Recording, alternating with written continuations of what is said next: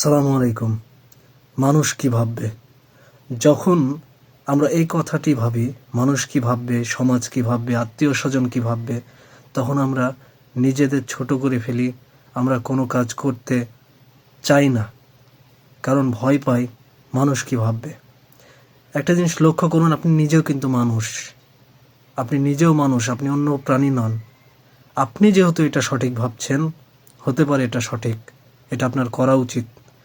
এবং যে লোকগুলো ভাবতে পারে খারাপ, ওগুলোর বাইরেও কিন্তু লোক আছে যারা আপনার চিন্তাধারার, যারা আপনার কাজকে ভালো মনে করবে।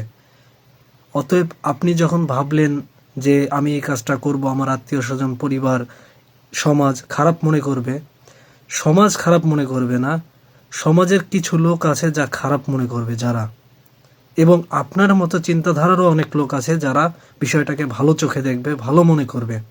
অতএব সমাজের শুধু কিছু লোকের চিন্তা ভাবনার জন্য আপনি কাজটা থেকে বিরত থাকছেন।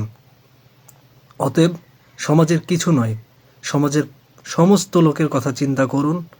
দেখুন, সমাজের হয়তোবা 10 জনের ভিতরে 5 জন আপনাকে খারাপ ভাববে, কিন্তু বাকি 5 জন তো আপনাকে সঠিক ভাববে।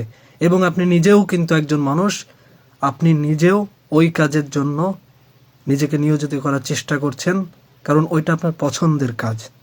তাহলে কয়জন হলো? আপনি সহ সমাজের আর 5 জন, 6 জন আপনার দিকে ভোট বেশি। অতএব নিজের ভাবুন, নিজের কথা ভাবুন। সমাজের অর্ধেক মানুষের কথা ভেবে কাজ থেকে বিরত হবেন না। যেটা আপনার ইচ্ছে হয় সেই কাজটা করুন। যদি সঠিক হয়, কাজ করার পরে আফসোস করুন, না করে আফসোস করেন না। ধন্যবাদ।